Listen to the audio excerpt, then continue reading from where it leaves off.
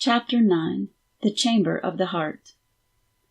The corridor beyond the threshold crackled with anticipation, a subtle hum like the expectant stillness before a symphony begins. Calderon proceeded, the key pressed against his chest. It was warm and contained something profound, a vibration that aligned with his breathing. Each step forward felt like yielding to an unspoken call, bringing him inward. The walls in the space he entered had a glossy texture. They were like the surface of a placid sea under moonlight. They seemed to ripple gently as Calderon moved, responding to his presence with a softness that felt mindful. This room wasn't imposing or grand. It exuded tenderness, a welcoming that whispered of safety and understanding. At its center stood a pedestal, silken as though grown rather than crafted. Resting atop it was a small, heart-shaped crystal, its surface translucent and multifaceted, catching rays of the room's indirect gleam. Calderon held the key tightly, feeling its power grow stronger. The space felt infused with emotion, layered, rich, and unstated. Love wasn't just present here, it was woven into the room's fabric. The crystal, a conduit of this love, was a key to unlocking the truths of Calderon's heart. The air shifted around him, carrying a fullness as if it brimmed with unvoiced words. Calderon stopped a few paces from the pedestal, his gaze fixed on the crystal. It seemed to sense him, a faint shimmer coursing across its surface. His grip on the key stiffened instinctively, and he pressed it against his chest as the sound of her voice rose from the stillness. The heart is not merely a place. It is the keeper of all things, the center from which everything flows. Are you ready to see it clearly?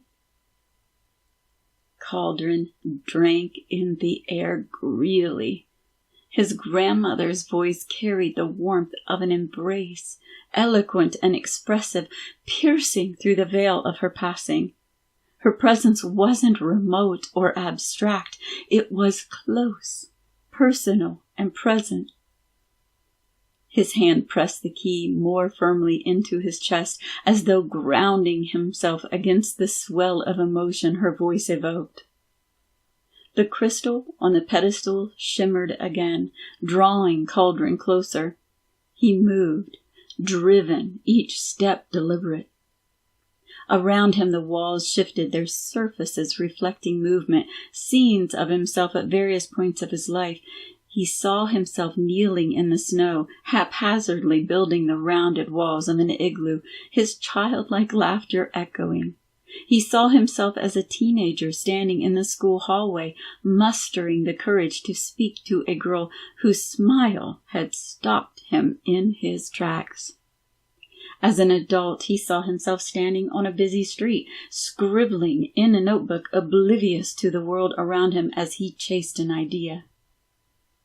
Each reflection was fleeting, like a wave receding into the ocean, but their impact lingered. Calderon reached the pedestal and, seeing an opening in the crystal heart, slid the key into it. A soft sound filled the room, like the first note of a melody. The crystal brightened, not with light, but with depth. It held a universe within its tiny form. Then the reflections shifted, melting into a singular memory. Calderon saw himself alone in his study, the room heavy with silence.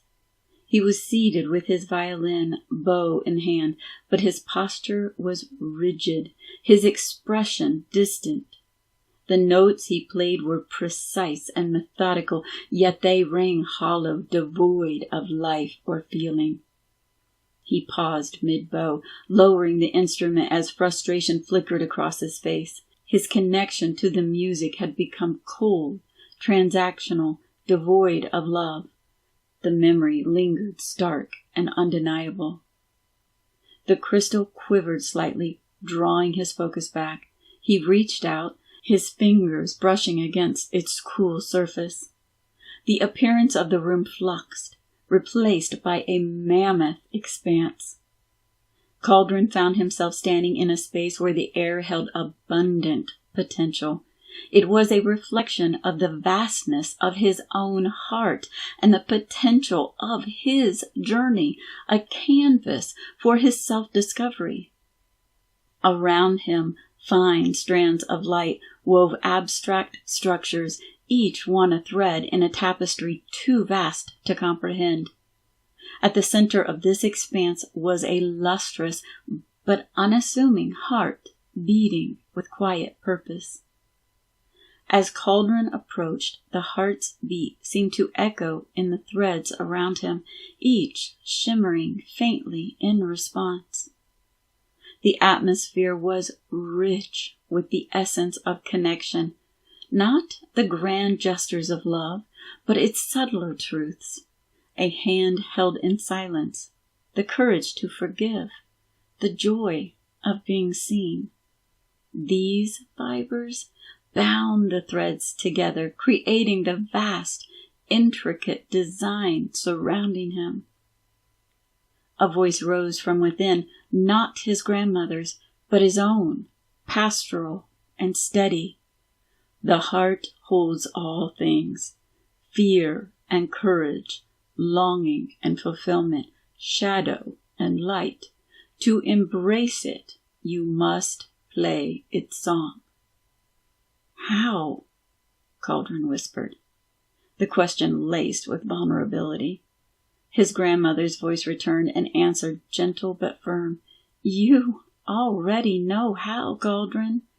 It is not in the perfection of the notes, but in their truth. Play not to conquer, but to honor. The violin in his hands hummed a silent promise of steadiness. Calderon raised it to his shoulders, drawing the bow across the strings. The notes were the essence of his journey. The threads around him began to stir, their movements syncing with the melody as he played. He let the music flow freely, unguarded, each note reflecting the love and longing, the grief and joy that had shaped him. The heart pulsed in response, its rhythm weaving into the music. The threads drew closer, wrapping gently around him like an embrace. The lack of harmony in his earlier notes found resolution within the melody, their rawness transforming into a transcendent depth. Calderon's playing became more robust, and the music was no longer a series of notes, but an extension of himself. As the final note lingered, the heart shone brightly before fusing with the threads, which wove themselves into a single shimmering path before him. Calderon stood in silence, the violin still cradled in his hands.